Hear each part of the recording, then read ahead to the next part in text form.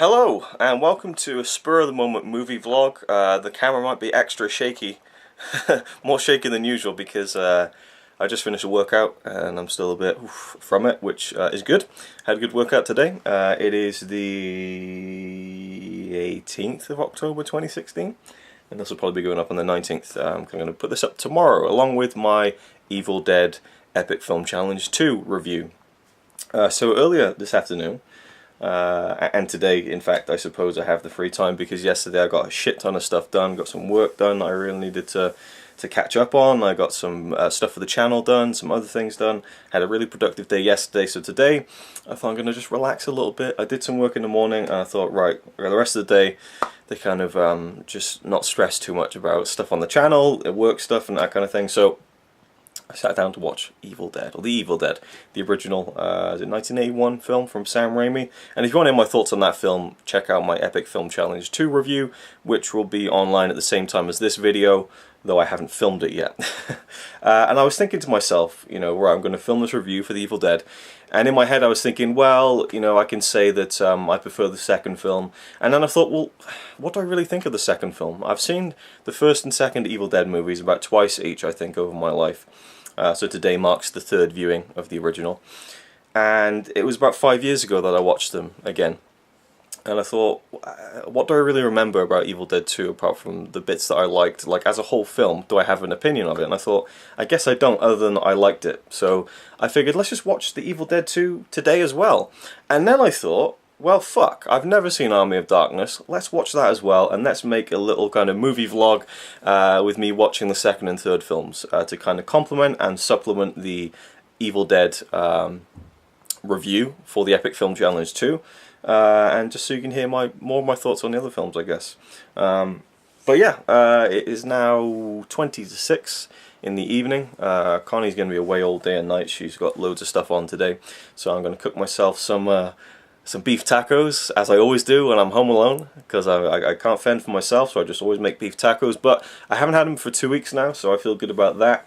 And yeah, so I mean, today I weighed in, you know, I know this is a movie vlog, not a general vlog, but the weight loss is still inching away, and so today actually I weighed in. It's my weigh-in day every Tuesday, and I'm now finally under 80 kilos, you know, and I was over 90 when I first started this, so I'm really happy about being under 80 kilos, and after the tacos I'm about to eat, I'll probably go over 80, but I'll be fine for next week, and I'm really looking forward to getting to the point where even if I have a really bad cheat day, I still will be under 80 kilos. I think that's the mark I want to stay under, you know, and if I go over 80 again, I'll be like, right, time to buck up my ideas. I don't want to go anywhere near 90 kilos again, so really happy with that, and looking forward to dinner and starting the Evil Dead 2. So yeah, that's it. We're going to kick things off with for this video with the second Evil Dead movie, and I'm not quite sure what it's supposed to be. I'm not, you know, because it basically is a remake of the original, but it's a sequel, and so but then it's a lot more, and I definitely remember this much. It's a lot more of a comedy than it was a horror in the original, and there's interesting kind of background information on the Evil Dead, which I'll probably talk about in the Evil Dead review itself, about how low budget it was and stuff. And I don't think Evil Dead 2 even had you know, like a massive budget, but it was more of a, you know, maybe Sam Raimi had more to work with this time around, and so he kind of remade the original, but it's still a sequel, and you know, and then that leads into the third film, and so yeah, it'll be interesting. I know my mum really likes these films. She doesn't like the original that much, but she really loves the second one and the third one, and I haven't seen the third one, so I'm looking forward to it. I'm babbling too much by this point, so let's just end it here for this segment, and I'll go cook my dinner. You don't need to see that. You've seen me cook beef tacos 1,000 times, and I'll start with the movie The Evil Dead, or was it just Evil Dead 2? There's Evil Dead 2, The Evil Dead 2, Evil Dead, Dead by Dawn. I mean, you got all these titles, but you know what I'm talking about. So I've just been chopping up the vegetables, and I realised there's something else I wanted to say in regards to the working out and the weight loss and stuff like that. Just one little thing. I still don't enjoy it. People always say, they're like, oh, you know, once you get into the gym it's hard at first, once you start working out, you know, it's difficult and stuff, and you won't enjoy it, but after a week or so, the endorphins start kicking in, you get an adrenaline rush, you start loving it, you get addicted to it. No, it's never happened. I've been doing this consistently for over 3 months now, and still every fibre of my being hates getting up and going to do a workout, but afterwards I feel great. I can't deny that the after feeling is like, and I don't feel great as in, oh, I feel great now, but like mentally it's like, I've done that, it's a good thing, this is good, you know, like it. But there's still no part of me in any way that enjoys doing it or getting ready to do it. So I just thought I'd point that out there. I'm definitely not in the kind of yay working out stage, and I don't really think I ever will be. I think that eventually I hope to get to a point where I don't need to do it as much, and I can just watch what I eat more, and that'll be enough. But yeah, just want to add that in there. There we go. Alright, enough of that boring shit, let's get on with the movies. The dinner is ready, it's here to be served, and I got a nice ice cold glass of sugar-free cola. Just have a sip of it now. Absolutely delightful, full of poison. And you can see the indentations on the glass there. We got this from IKEA on Saturday, and I just really like the feel of it. There's something nice about a glass you can hold, and it's got stuff to grip onto, and just me and Connie call it a ruggly feeling. We have no idea if that's a real word or not, but ruggly is the word nonetheless, and so I enjoy a good ruggly glass to hold on to. For some strange reason, it makes it even more enjoyable. Good stuff. So I have the film ready. It says, warning, this film contains scenes which may be too intense for persons under the age of 17. Lily, get out. Get out. Wait, hang on a minute. She's 5 years old, so in cat years she's probably older than me. And my tacos are done and ready, and I'm sure that in the next life I will turn into a beef taco. That's probably what I'm looking at in reincarnation. You've seen it all before. The beef, the vegetables, the other stuff, the other stuff, the other stuff, and here we go. So one thing, the tacos are amazing. I'm loving them. We are 4 minutes into the film, and it's pretty much covered the first like 30 minutes of the original already, down to the tape recorder, down to the magnifying glass necklace. You know, it's just Ash and his girlfriend this time, but it very much feels like a sped up version of the original. So I remember most of this and how crazy and fucked up it gets, but I'm just trying to imagine, like, because it's not a long film either, but there's still a fair amount to go. And we're already getting into like almost the reveal of all the evil stuff going on, so I'm intrigued to see how quickly the pace picks up with all the craziness. So, yeah. Okay, we're now 6 minutes into the film, and we've now progressed to like near the end of the original. Like, I've seen this, but like, holy shit, this is really, really good to watch the first one and then the second one straight away in the same day. I guess I never really noticed the similarities, you know, combined with the differences. 6 minutes into the film, and we've pretty much covered, you know, a major incident from the end of the first film, as well as all the setup. I'm just, yeah, again, I've seen this film twice, and I remember a lot of the great parts about it, but I really don't remember how it plays out, you know, beat by beat throughout the next hour and 10 minutes. So, fuck, let's continue. This is great. This is fucking awesome. 7 minutes, 10 seconds into the film. It's the end shot of the original. I just don't remember this. It's like I mean, it's not exact, but it's pretty much the exact same shot, the exact same tracking through the cabin, smashing into Ash at the end of the last film. Like, I thought that it was kind of funny that, you know, the first 20-30 minutes of the original were covered in the first 3 minutes of this one.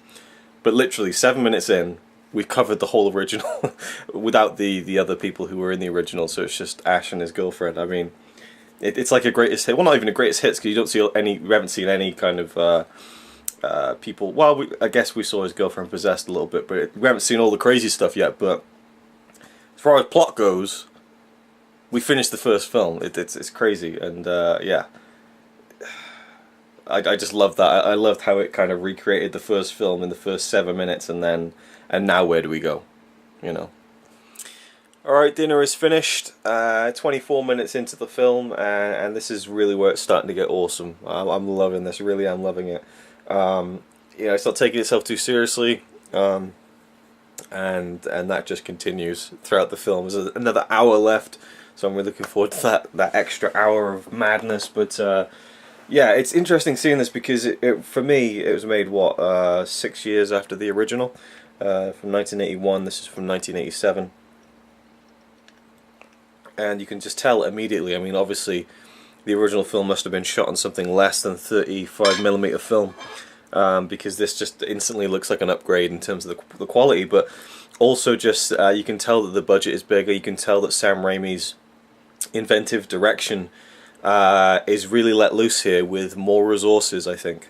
Just the camera angles, the way he's setting some of these gags up is just incredible and fun to watch. And we're getting a bit of backstory about the Book of the Dead and stuff, which you don't get too much of in the original. So that's interesting. I forgot how that ends up playing out throughout the rest of the film. But right now I'm just enjoying the one-man show that is, well, I guess the multiple-man show that is Bruce Campbell and the special effects department, you know, and how they're working together. And also credit to the girl who's playing the girlfriend, and the various versions of the girlfriend. There's a bit where the corpse just rises from a grave and in some beautiful stop motion animation dances around and starts playing around with the head. And I mean, it's so crazy and imaginative and fun and disgusting at the same time. One of the things I love about the film, but this shot in particular for me is kind of where it marks, like, this is where the film gets really interesting. I'll show you now.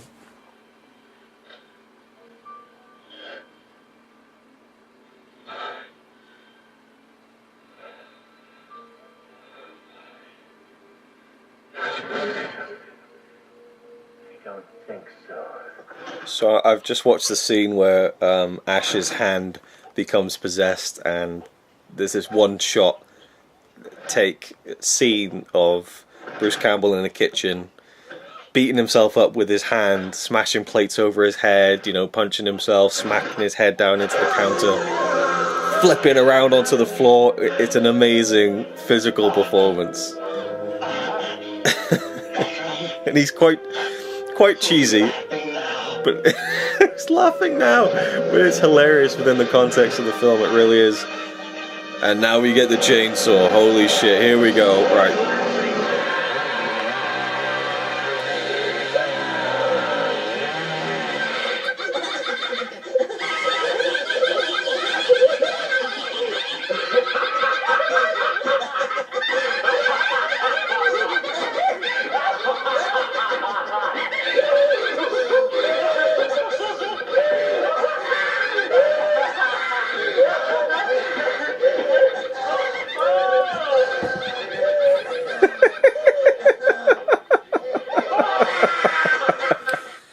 Alright, I'm done with Evil Dead 2. I did take a bit of a break to go down to the shop and stuff, but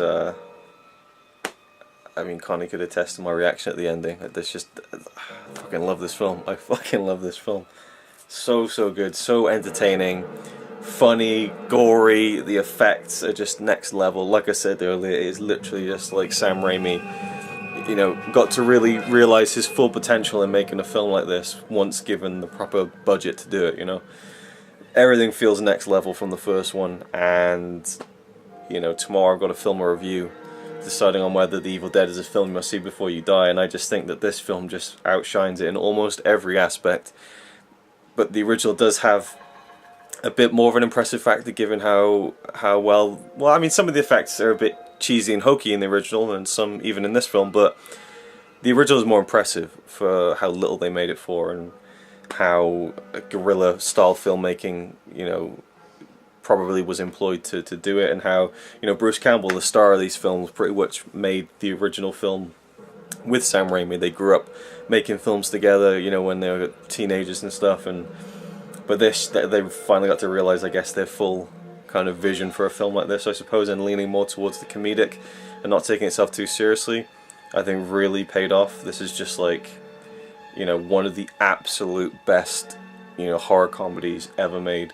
But I think that while the effects aren't up there with something like The Thing or Day of the Dead, the effects are still really good, and just the ingenuity employed in some of the scenes, especially towards the end when it's going proper mental with the stop motion and then the rear screen projection, things like that. And, you know, this an insane amount of blood spewing all over the entire set.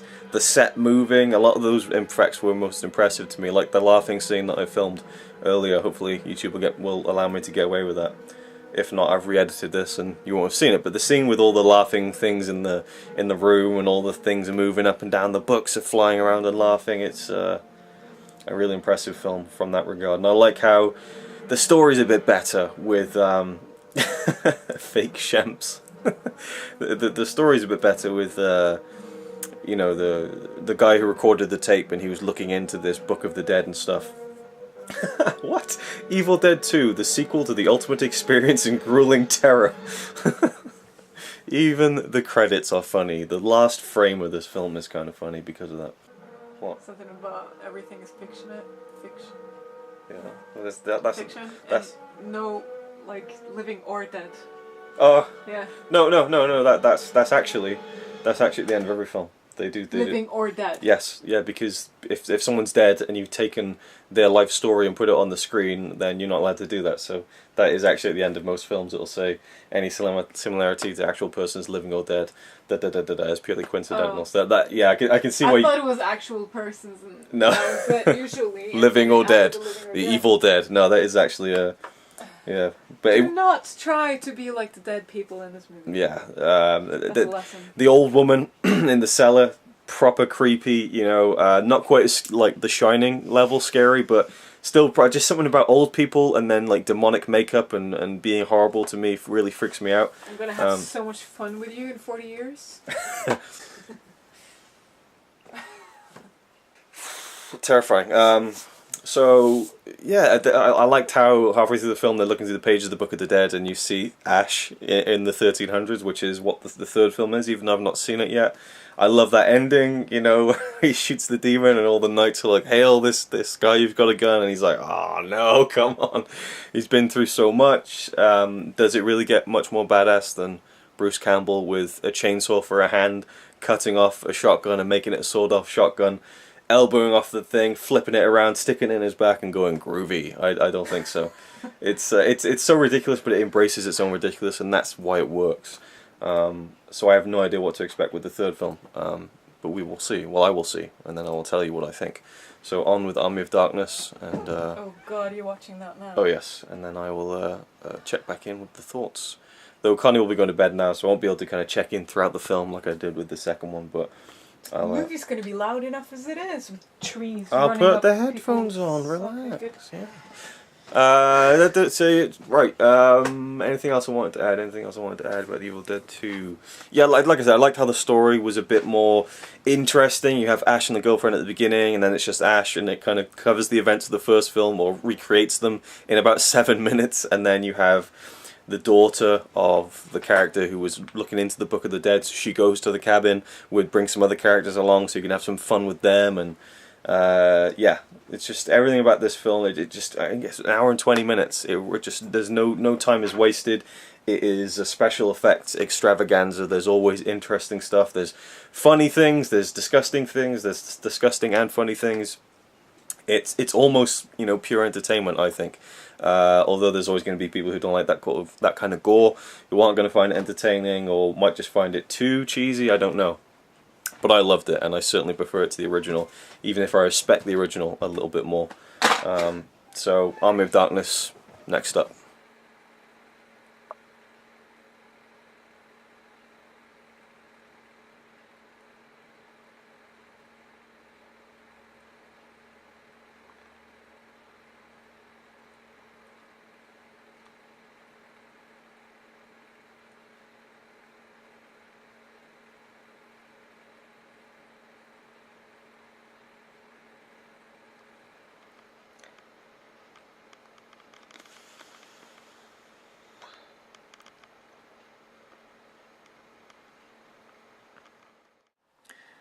Alright, it is a little after 1 o'clock in the morning. I'm done with Army of Darkness. Finished the trilogy over today, which was kind of cool. It's just kind of nice to do a little mini marathon like that sometimes. And it was an interesting one. It's certainly a lot different than the other two Evil Dead films. I mean, it's not even called Evil Dead. Apparently Sam Raimi wanted to call this The Medieval Dead, which I think would have been a perfect title. But Army of Darkness is a pretty cool title and it fits all the same. and I believe in the UK it was released as Army of Darkness: The Medieval Dead. So it drops Ash in the medieval times, and it's really interesting how time across the three films works in terms of, like I said, the first 3 minutes of Evil Dead 2 covers, about half an hour of the original film, and by the time you get to 7 minutes into Evil Dead 2, you've kind of got to a point where it's at the end of the first film. And then there's about a 3-minute scene at the end of Evil Dead 2 where Ash ends up in the 1300s, and there's knights everywhere, and this demon comes flying towards them, so he shoots it with a shotgun, and all the knights bow down to this guy with the gun. Now in Army of Darkness, we have an alternate kind of scene where he ends up in the 1300s, and they capture him and they make him a slave, and he has to kind of show his worth and how tough he is, until it gets to the point where they all realize how badass he is, by their standards, because he has a gun. So it takes 20 minutes to sum up what was summed up in 2 minutes at the end of the second film. Like, I'm probably getting way too confusing with this, but it's it's very interesting. And at the beginning of Army of Darkness, we get this kind of summing up of the story with Ash saying, yeah, I used to work in this supermarket, and I had a girlfriend. We went to this cabin, and we get, I think Bridget Fonda plays his girlfriend in the very brief flashback to the cabin stuff, and we again. That stuff is recreated. There's some shots from Evil Dead 2, but there's some that they filmed for this one. So literally the ending of Evil Dead 1, when the camera flies through the entire cabin, flies out into the woods, and Ash turns around and the camera goes straight into his face, has been filmed in each of the three films. I mean, it's been done over again and remade for 2 and 3. And also the shot where the camera moves in on his girlfriend in the room, smashes the window down, she turns around and screams. That is in every single film with a different actress. I found that quite interesting. I have to say, about 20-30 minutes into Army of Darkness, I was kind of a bit disappointed. Some of the humour was just not landing with me at all. There's a bit early on where a woman becomes a demon, and Ash gets his shotgun, he starts shooting her, he turns around, he shoots it over his shoulder without looking, and he's just like, yeah, baby, and it's like, and then he makes himself this this kind of silver hand, and he's like groovy, and it's like, yeah, you did that in the second one, I just felt like it was a bit too much for me. But I feel like this film would be a blast to watch with a particular friend of mine, Denzel. I think we would have a lot of fun watching it together, and would laugh a lot. So, sometimes you've got to take into account these films that are so silly. It's better with an audience sometimes, I think, rather than watching it on your own. So it didn't make me laugh as much as the second film, but it is very funny, and as the film kind of got more to the point of the big battle at the end with the Army of the Dead, I thought that it was a lot better. But there's some great stuff in it, some fantastic effects. Again, bigger budget, they get to play around with it a bit more, but I still think like the first and second film were more impressive because of the low. I mean, again, this is bigger budget because you got all these extras, this castle set and all that kind of stuff. There's a great scene where a second evil Ash grows out of his fucking shoulder. There's an eyeball, and then a head, and then the body, and it pops out, and there's two Ashes basically. That stuff was great. There's some really cool stuff with stop motion skeletons I thought was a lot of fun. But it's very different, and it's more of an adventure film, and it's very broad in terms of the comedy. But I do feel like Ash became a parody of himself a little bit, even though you could argue that kind of happened in the Evil Dead 2 as well. But it's interesting because in the first Evil Dead film, I don't think Bruce Campbell's really that good. He's the Bruce Campbell I know in Evil Dead 2 and in Army of Darkness, but in the original, he just seems a little too fresh-faced and a little too unconvincing. So it's a very interesting progression and probably one of the weirdest trilogies I can think of. But I kind of loved it. I kind of did. I wouldn't rate it very high, I don't think. I love the ending. I watched the director's cut. I don't know. That apparently there's many different versions of the film, and it was a studio film, and there was problems with the film was done and they wouldn't release it because of some other thing that was going on in the studio at the time, and they re-edited the film. So I believe when it came out on video, or maybe even sooner, I don't know all the details. Maybe you ardent Evil Dead fans can clue me in on all this stuff, but there was a director's cut made, I'm assuming, by Sam Raimi, that kind of restored the original ending of the film. So I haven't seen the ending that was shown in the cinemas, I guess, that was reshot by the studio's demands to have a kind of happier ending. And hey, spoilers, but I love the original ending as presented here in the director's cut, where Ash drinks the potion, and takes one drop too many, and ends up waking in a post-apocalyptic vision of London. And again, we end with Ash just like, oh no. And I thought that was brilliant, and I think that could have led into a really entertaining fourth film in a post-apocalyptic setting. But, you know, I also think, you know, it probably was best left there. And we now have a TV series, Ash vs. Evil Dead, which premiered last October, and the second season is starting now. So I might watch that. You know, I'm a big fan of Bruce Campbell, but I mean, mainly from these films that I've seen, the first two, but, well, I guess not the first one, because, again, I think he was the best thing in the first film, but it's really the second one that I think he comes into his own and, you know, becomes more of himself. I think, you know, he's very much, you know, if you hire Bruce Campbell to be in your film or your TV show or whatever, you're getting Bruce Campbell. You know, he's not going to be this this chameleon or like a Daniel Day-Lewis. He's going to play a version of himself, which, you know, he would probably maybe take as an insult, but you know, you look at a film like Bubba Hotep where he's playing Elvis, but it's Bruce Campbell as Elvis. You know, so yeah, I don't know, but I really enjoyed Army of Darkness. I don't think it was a great film. Definitely kind of a step down, but it was a lot of fun, and you still get the ingenuity in there. Again, rear screen projection used a lot, stop motion used a lot, lots of different special effects employed to bring the story to life, even though it's bringing the dead to life, I suppose. But Sam Raimi's influence really does shine through in this.